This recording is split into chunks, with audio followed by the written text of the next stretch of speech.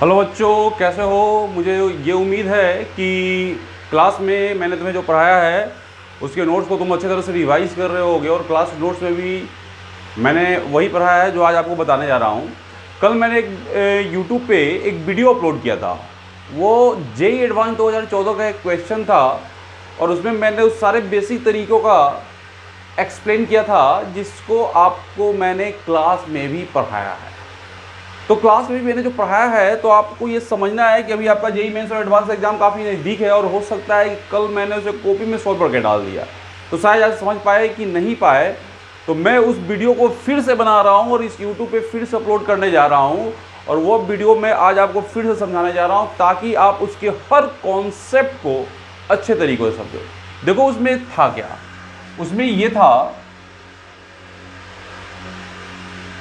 ये दो प्लेट दिया हुआ था और इस प्लेट का ये रीजन डाइलेक्ट्रिक से भरा हुआ था और इस रीजन का जो एरिया था ये टोटल एरिया का 1/3 था। मान लो टोटल एरिया ए था तो इसको हमने क्या ले लिया, a/3, और ये वाला जो रीजन हो जाएगा वो क्या हो जाएगा, 2a/3। ये दिया हुआ था।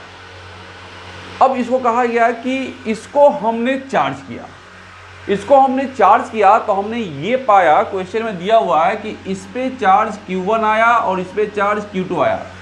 मतलब जिस पोर्शन में डाइलेक्ट्रिक है उस वाले फेस पे Q1 चार्ज आ रहा है और इस वाले फेस पे Q2 चार्ज आया। उसके बाद आपसे ये ऑप्शन दिया गया, चार ऑप्शन दिया गया था कि एक ऑप्शन था E1/E2 का रेशियो 1 होगा, दूसरा ऑप्शन था E1/E2 का रेशियो 1/K होगा। इस तरह से कुछ ऑप्शन दिया हुआ था। Q1/Q2 का रेशियो 3/K था और कुछ इस तरह से ऑप्शन दिया हुआ था। जो भी ऑप्शन है वो आपको समझ में आ जाएगा। आप एकदम बेसिक तरीके से क्वेश्चन को समझो कि इस क्वेश्चन में क्या दिया हुआ क्या है। आपको बताया गया कि ये कंडक्टर है और ये कंडक्टर है और जब चार्ज कर दिया गया और जब ये इलेक्ट्रोस्टैटिक कंडीशन में आ गया तो कंडक्टर का जो सरफेस होता है वह इक्विपोटेंशियल होता है। इक्विपोटेंशियल क्या है? इक्विपोटेंशियल का मतलब है कि हर पॉइंट का पोटेंशियल सेम होगा और इस कंडक्टर के हर पॉइंट का पोटेंशियल सेम होगा। अब इस कंडक्टर के हर पॉइंट का पोटेंशियल सेम होगा तो हमने मान लिया कि चलो भैया इसका पोटेंशियल है 100 वोल्ट और भैया हमने मान लिया कि इसका पोटेंशियल है 0 वोल्ट। ये समझ में आ रहा है? अगर हमने ये 0 वोल्ट मान लिया मतलब इसके हर पॉइंट का पोटेंशियल है 0 वोल्ट। क्यों है जी? क्योंकि ये इक्विपोटेंशियल सरफेस है और इसके हर पॉइंट का पोटेंशियल है 100 वोल्ट। चलो ठीक है। अब मान लो हम यहाँ से यहाँ जा रहे हैं इस डाइलेक्ट्रिक के थ्रू और इसके बीच पोटेंशियल डिफरेंस निकालें तो कितना आएगा? 100 - 0। अगर हम यहाँ से यहाँ जा रहे हैं और इसके थ्रू इस एयर वाले रीजन में हम पोटेंशियल डिफरेंस निकालें तो यहाँ भी क्या आएगा? 100 - 0। इस रीजन के लिए भी 100 और इस रीजन के लिए भी 100। यहाँ प्लेट के बीच का सेपरेशन अगर d है तो यहाँ भी प्लेट के बीच का सेपरेशन क्या होगा? d होगा। चलो हम ये सेपरेशन d मान लेते हैं कि यहाँ प्लेट के बीच का सेपरेशन d है तो यहाँ भी प्लेट के बीच का सेपरेशन d होगा। Very good. तो लॉजिक देखो क्या है, हमें जो पढ़ाया गया था, आपको जो हमने क्लास में पढ़ाया था, याद करो, E = V/D, electric field = V/D, ये हमने पढ़ाया था। और इसमें आप देखो कि ये V potential difference between the plates और ये D separation between the plates. तो इस रीजन के लिए V और इस रीजन के लिए V सेम है, इस रीजन के लिए D और इस रीजन के लिए D सेम है। और क्वेश्चन में दिया हुआ है कि इस रीजन का नेट फील्ड E1 है और इस रीजन का नेट फील्ड E2 है। तो इस फार्मूला से क्या पता चल रहा है कि E1 और E2 दोनों क्या होना चाहिए? सेम होना चाहिए। E1 = E2, कुछ नहीं करना है। ये आप अगर कॉन्सेप्ट को समझ रहे हैं तो बिना सॉल्व किए हुए आप मार्क्स आ जाएगा। बात तो समझ में आ रहा होगा। बहुत सारा बच्चा सोच रहा है, अरे सर आप तो पढ़ाए, ये भी पढ़ाया गया था क्लास में कि एयर में फील्ड E0 है, डाइलेक्ट्रिक डालते हैं तो डाइलेक्ट्रिक में E0/K होता है। बिल्कुल होता है, वो भी बात सही है। यहां क्यों नहीं ले रहे, यहां भी हम ले रहे हैं, इसको भी समझना, यहां भी हम उस चीज को ले रहे हैं, ऐसा नहीं कि यहां उसको नहीं ले रहे हैं। लॉजिक हमारा ये कह रहा है कि पोटेंशियल डिफरेंस अगर दोनों रीजन में सेम ही है और डिस्टेंस भी प्लेट के बीच सेम है तो इलेक्ट्रिक फील्ड भी सेम ही होगा। अब वो कैसे हो रहा है, तो देखो क्वेश्चन में दिया हुआ कि जब चार्ज किए तो यहां Q1 आ गया और यहां Q2 आ गया, ये क्वेश्चन में आपका दिया हुआ है, क्वेश्चन ही आपको समझा चुका है। देखो तो अब ये देखो कि यहां पे जो Q1 चार्ज किया हुआ है और यहां पे जो Q2 चार्ज किया हुआ है, तो Q1 चार्ज के कारण यहां पे फील्ड क्या होता अगर ये डायलेक्ट्रिक नहीं होता, डायलेक्ट्रिक नहीं होता तो sigma by epsilon not, dielectric होने से क्या होता सिग्मा बाई के एप्सिलॉन नॉट। तो अगर डायलेक्ट्रिक नहीं होता इस रीजन में तो फील्ड होता Q1 by A by 3 epsilon not. बात समझ में आ रहा, और यहां डायलेक्ट्रिक है तो ये K से मल्टीप्लाई होगा, ये नेट फील्ड हुआ यहां का जिसको हम E1 कह रहे हैं, और यहां का जो फील्ड है वह होता सिग्मा बाई एप्सिलॉन नॉट, क्योंकि एयर में सिग्मा बाई एप्सिलॉन नॉट, तो Q2 बाई इस रीजन का एरिया 2A बाई 3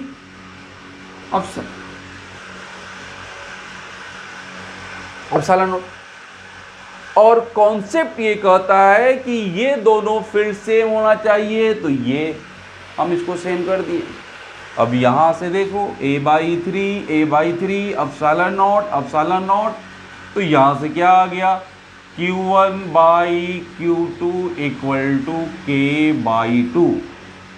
मेरे जो बच्चे होंगे, मैंने जिस बैच मेंटर्स में जो लास्ट ईयर GR बैच को पढ़ाया था, GR के 02, अब देखो आपको मैंने ये कॉन्सेप्ट क्लास में ही दिया हुआ है, डिराइव जब हमने इक्विवेलेंट कैपेसिटेंस निकाला था उसको हमने डिराइव किया, वो मैं बताऊंगा। देखो यहां से ये रेशियो आ गया, तो इस तरीके से ये रेशियो आ सकता है, इसमें कोई दिक्कत नहीं है, ये आपको समझ में आ रहा हो। कैपेसिटेंस तो निकालने सबको आता ही है। अब ये देखो टीचर अक्सर क्या करते हैं, टीचर जब एक्सप्लेन करते हैं, क्वेश्चन छोड़ो, वो थ्योरी में ही कॉन्सेप्ट को गायब कर देते हैं, जहां पे इक्विवेलेंट कैपेसिटेंस बताना होता है। देखो इसको आप समझो, ये क्लास में भी सिखाया जाता है, अगर जो अच्छे टीचर होंगे वो क्लास में भी सिखाएंगे ही, जो अच्छे टीचर नहीं है, जो रट रट के पढ़ा रहे हैं, उनका तो भाई कोई बात ही नहीं है। देखो याद करो, मेंटर्स के लास्ट 3 इयर्स में मैंने हर बैच में ये पढ़ाया हो, चाहे वो आरबी का क्लास हो या GRKE का, और हर बच्चे नोट्स को उठा के देख सकता है कि इस कॉन्सेप्ट को मैंने पढ़ाया या नहीं। देखो यहां पे चार्ज है, मान लो इस प्लेट को चार्ज दे रहे हैं Q और यहां पे चार्ज दे रहे हैं -Q, और यहां पे ये है मान लो K और ये है मान लो एयर, और ये एरिया है A1 और ये एरिया है A2, ए आप बोल रहे और बोला इक्विवेलेंट कैपेसिटेंस, तो एकदम आसान है, इसका निकाल लो कैपेसिटेंस, इस रीजन का कैपेसिटेंस निकाल लो, ये दोनों पैरेलल में इक्विवेलेंट निकाल लो। ऐसा क्लास में लोग करा देते हैं, हम भी कराते हैं, लेकिन इसको कराने के पहले मैंने आपको क्लास में बेसिक कॉन्सेप्ट किया। बेसिक कॉन्सेप्ट क्या मैंने वहां पे आपको क्लास में समझाया, आप देखो नोट्स को उठा के कि ये और ये एक कंडक्टर है और ये एक कंडक्टर है, तो ये भी इक्वल पोटेंशियल होगा और ये भी इक्वल पोटेंशियल होगा, इसका अपना पोटेंशियल होगा, इसका कुछ अपना पोटेंशियल होगा, तो इस रीजन में पोटेंशियल डिफरेंस और इस रीजन में पोटेंशियल डिफरेंस जो होगा क्या होगा, सेम होगा। और ये अगर D जो है सेपरेशन बिटवीन प्लेट्स है, तो ये D इसके लिए भी है और इसके लिए भी है, तो यहां का वोल्टेज और यहां का वोल्टेज सेम है, यहां पे प्लेट के बीच का सेपरेशन और यहां पे प्लेट के बीच का सेपरेशन सेम है, तो इलेक्ट्रिक फील्ड इस रीजन का और इस रीजन का भी क्या होना चाहिए, सेम होना चाहिए। ये लॉजिक है और ये कॉन्सेप्ट है। मतलब आपको ये बताया गया था कि E equal to V by D, तो यहाँ पे E1 इक्वल टू E2 दोनों सेम होगा और दोनों को हमने E मान लिया। ये कॉन्सेप्ट है और यही कॉन्सेप्ट आपसे एग्जाम में पूछा गया था। अब ये सेम होने के लिए देखो क्या होता है, जब आप चार्ज देते हैं तो इस Q का कुछ पार्ट मान लो Q1 यहां आ गया और Q2 यहां आ गया, तो Q इक्वल टू क्या होता है, Q1 प्लस Q2। और जो C इक्विवेलेंट होता है वो होता है Q by voltage between the plates, जो प्लस और माइनस वाले प्लेट के। यही तो लॉजिक है, यही तो बेसिक है, इसी पे पढ़ना है। अब फिर यहां पे देखो Q1 के कारण क्या फील्ड होता, अगर ये डाइलेक्ट्रिक नहीं होता तो Q1 के कारण यहां पे जो फील्ड होता वो होता Q1 by A1 epsilon not, sigma by epsilon not. और ये डाइलेक्ट्रिक है तो इसके कारण यहां पे फील्ड क्या आ जाएगा, और यहां का फील्ड और यहां का फील्ड इक्वल है। यहां का फील्ड Q2 के कारण क्या होगा, तो यहां तो एयर वाले रीजन में है, तो एयर वाले रीजन में E not sigma by epsilon not, तो सिग्मा बाई एप्सिलॉन नॉट लिखेंगे तो यहां पे क्या आ जाएगा Q2 by A2 epsilon not, और ये दोनों इक्वल है इस लॉजिक से। ये दोनों किसके इक्वल है, ये दोनों, ये भी इलेक्ट्रिक फील्ड है, इसको हमने E मान लिया। और E किसके इक्वल है, E equal to V by D, एकदम समझो।